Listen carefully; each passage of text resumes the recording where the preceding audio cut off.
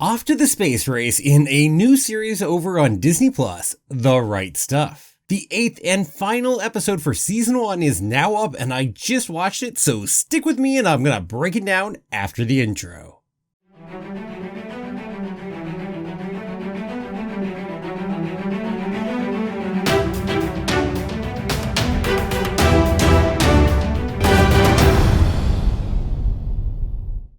Well, hello there. My name's Jeremy and welcome back to Freeform Disney, where I talk about all aspects of Disney, from the animated movies to the theme parks to Star Wars, Marvel, and Pixar, and the TV shows, and everything else in between. And that is why it's Freeform. And keep coming back every day for new daily content. If you're not subscribed yet, don't forget to hit that subscribe button. Today we're looking at one of Disney's really good drama series we've gotten, and that is The Right Stuff, which is the story of the Mercury's 7 astronauts. Now, the 8th and final episode for season 1 is called Flight. Intriguingly, it was previously announced as Amaryllis, but we've switched it here, which seems a much more straightforward and clear title for this episode. Well, hey, without any further time to waste, let's just jump right on in. So here is what went down. We come right on in on Alan Shepard in his suit, ready to go, and we know it is for real this time. After all, it's only 2 days later, so it's gotta be for real. And we really are going in on this the whole way, and I'm loving it. We watch him take the walk. We're getting to see the doctors talk a bit about him. Then we get to jump over to Mission Command, see everyone working there, everyone excited. Then we're back to Alan again, and we get this beautiful look up at the rocket while we're doing that. And oh, very nice. And then it's time to take the elevator all the way up to the capsule. And oh, another thing, the music all throughout this is right on the money. It just puts you right there so much. Oh, loving it. Oh, and hey, look, it's Gus up there. And then John Glenn presenting Alan Shepard the capsule. And after Alan gets in the capsule, we have a nice moment between the two there where they shake hands. It seems like they're putting the past behind them a bit. And throughout this, at moments, we've done a really nice style of flashbacks where we get some memories, especially out of Alan Shepard, just really giving us like an insight to the thoughts in a quick sense. And they didn't overuse the flashbacks or use it wrong, which I really appreciate. They're just super quick story glimpses right there. And then we get to watch the rocket start to roll away from the housing. And oh, yeah, just definitely psyching you up for what's coming up right there.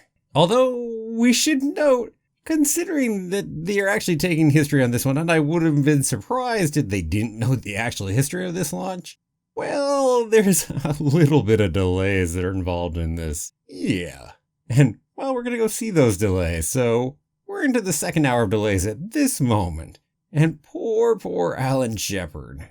Because Al needs to go pee. Really badly. Really, you're only expecting about a 15-minute ride in the whole thing. Go up, come back down. It's not supposed to be all that long. You're not supposed to be sitting on the ground for hours waiting. So there is no reclamation thing in the suit to actually take the piss. It doesn't exist. So in other words, you're screwed if you need to take a piss.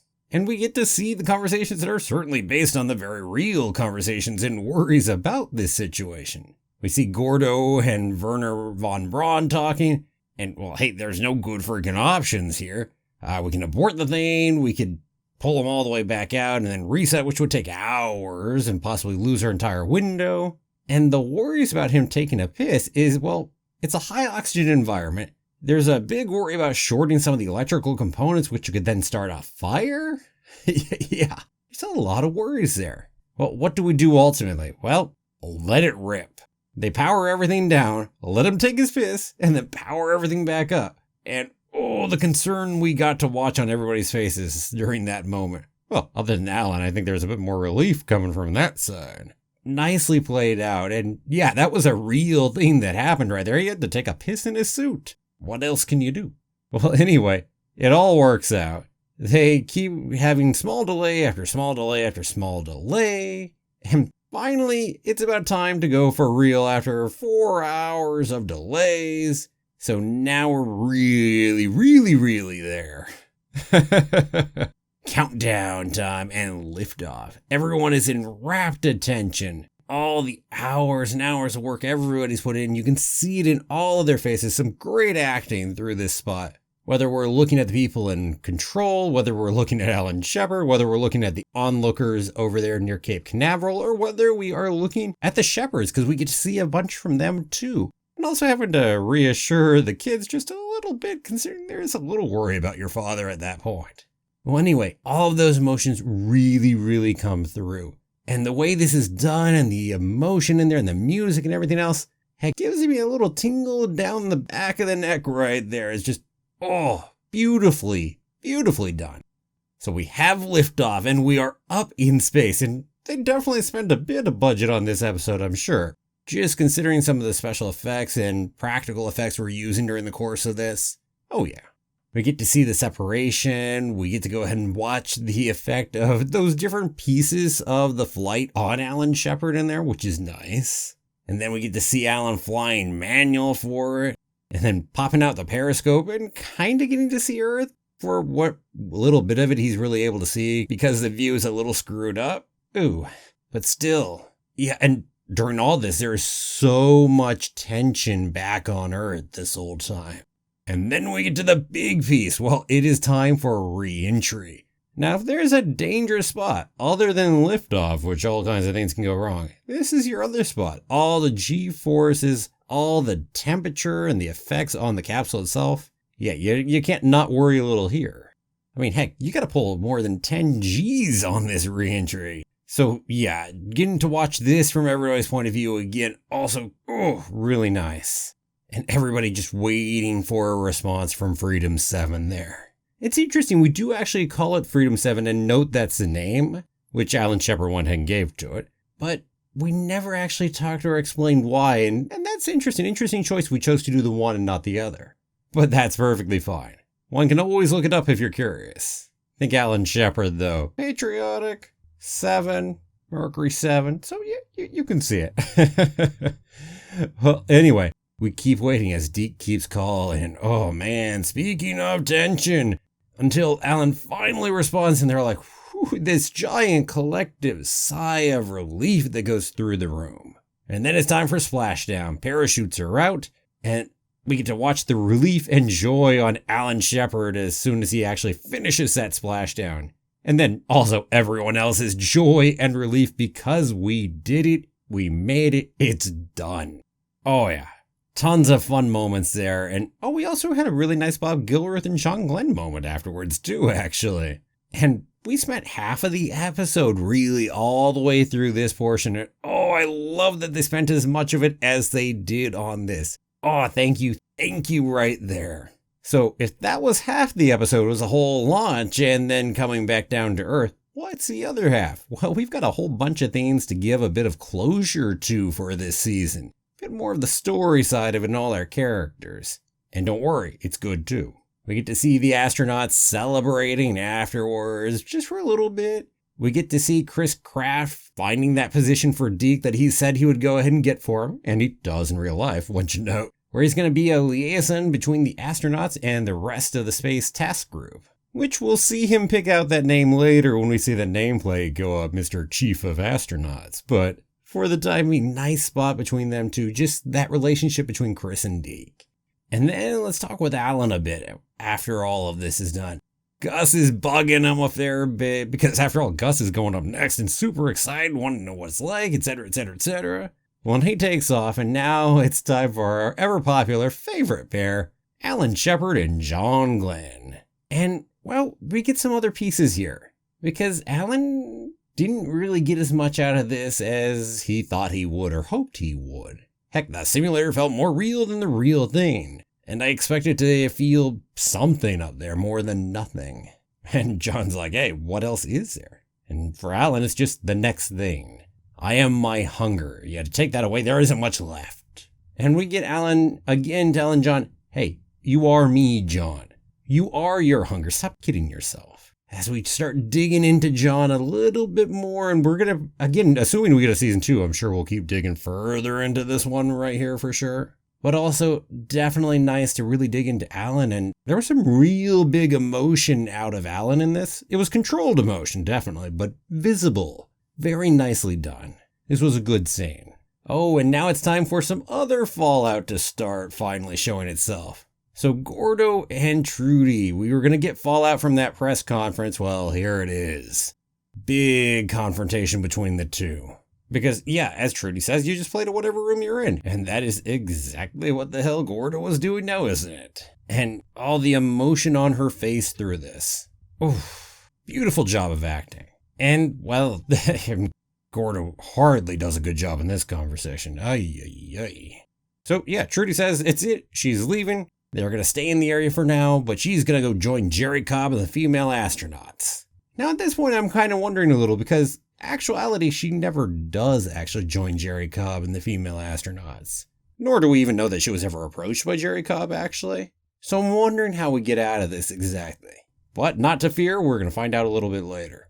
And while we're having fallout from things, we do get to see Alan and Louise talk a little bit because, oh yeah, it's a bit of a mess right there, Mr. Cheaty McCheats-a-lot over there. Yeah. And they have a nice scene. It's certainly not a happy scene. And yes, they're holding each other at the end. But, yeah. Now, hey, actuality, these two stay together and, well, all the way until death do them part, shall we say. Heck, Louise dies, like a month after Alan does? Yeah. So no, they stick through it all the way through regardless of the rest of those problems. But, whew, rare amongst astronauts. Certainly amongst the early astronauts anyway. Which, by the way, I should note, John Glenn and Annie, another one of those pairs that stick together. Boy, it seems like a better relationship overall, too. But who are we to know? Heck, if you can tell what all goes on behind closed doors, right? Well, let's fast forward a little bit further. Not really that far, a couple weeks. It is now May 25th, 1961. Now, that date might mean something to you. So, we've got some old archival footage of JFK in here. Because this is John F. Kennedy making his big "before the decade is out, we are landing a man on the moon" speech. Time to get lots more funding for the space program. And it's great to get the reactions because we see Bob and Chris watching a conference room and, oh, their reactions, priceless. Talking about, God dang, we don't even know if we can get this done by 1980, let alone 1970. And Bob going, we don't even know if we can ever do it. Yeah. No, that was nicely played out on the reactions, especially of those two. We also saw John and his family and Alan and his family, but especially on Bob Gilruth and Chris Kraft. Those are the really good ones here.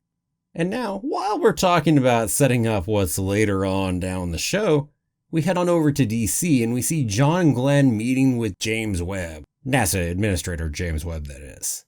And there's a lot of talking there because he is really, really trying to convince James Webb. And, well, the whole thing, it's all about talking about the Atlas rocket because they've not been having success with those yet. And you need the Atlas rocket for its speed and power if we're going to go ahead and keep advancing the program, yada, yada, yada. And, well, right now there's a lot of danger there. We don't want to exactly go kill our astronauts now, do we? Oh, and John, he gets one heck of a nice speech in there. Talking about the people and talking about how hungry people are, people who stay hungry. No, my glory is the nation's glory, etc., etc. That's a good speech, and it's interesting how it also touches into that whole hunger piece that we brought in earlier with Alan Shepard. Again, I'm guessing this would go further if we get a season 2. Well, it's time for a few other character pieces before we end, because we still got 10 minutes left, actually. First, we get to see Trudy meeting with Jerry Cobb, and, well, this is how we resolve this one. Because Jerry Cobb has rescinded the invitation, given what Gordo said. Can't have you in here with that. I mean, that's just not a good look. Well, what if I get a divorce? Well, a divorcee. They'd never get them to take a divorcee to space. Oh, what a mess. Politics, huh? As Jerry puts it, trying to change the world, but we're not there yet. Yeah, I'm trying to take on one fight, not that fight, too. Messy. Another good acting point for Trudy right here, and nicely played. A nice way of cutting this one out and making it so we don't have to go any further. It makes sense, too. It's a good excuse. Meanwhile, Gordo not doing so hot here. He's smashing glasses against cabinets, sleeping with other people, just pretty much freaking lost now that Trudy's gone. They're not divorced, they're just currently separated, but yeah. And I'm sure we'll see more of this come season 2. That ain't done yet. Meanwhile, let's look at a relationship that actually is good, shall we? So we get to see John and Annie talking and really about how well John Glenn is taking things, which he attributes in part to how good their relationship is. And I just love this relationship between the two of them. Oh, it's such a nice relationship to come back to, especially when we have to see some of these other ones on occasion, I tell you. Oh, man. Yeah, it's always nice to see those two. And a couple final notes. So we get to see Alan, and that ringing in his ears is back. He falls on down to the ground, and oof, yeah. Now, actuality, he doesn't get grounded till like 1963, so a couple years later. But we've been playing all of this up earlier too, so I assume he still won't be grounded yet, but we're going to keep getting closer to that, as we'll probably get to him getting grounded in season 2, probably not too late into it, I'd guess. Few episodes, who knows, we'll see. We get to see Deke and Gus having a good time, the relationship that they've built. Mr. Deke, who is now chief of astronauts. And then our final scene is Trudy and her daughter. So she is busy teaching her daughter how to fly, and they're going to go up in the plane here at the end. They talk a quick bit about good old Gordo, and, well, yeah, we're not worrying about that or bothering with that right now. And it's interesting, this piece about teaching her to fly and kind of a connection toward the future, and also, I guess it's an interesting metaphor at the same time. It's nice.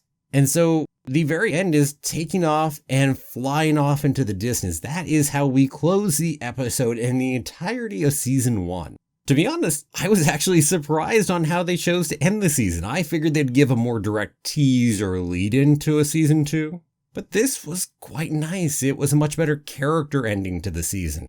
Rather than tying it up in plot, it was tied up in story instead. But hey, if you do want that tease, just go back to Kennedy's speech about going to the moon. That's kind of the tease for the entirety of the show right there.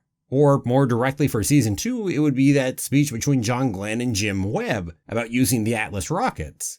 Because John Glenn, he himself would be the first American to go into orbit around Earth, and it was an Atlas rocket that actually got him there. And heck, all of that happens less than a year after our current events, so not that much further, really.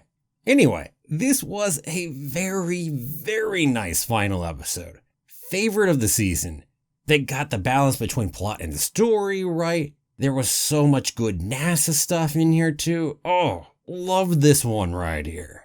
Now, hey, I was right on something I predicted last week. By getting all the clunky setup out of the way, they didn't feel the need to do any of it this week, and, well, they produced a brilliant final episode.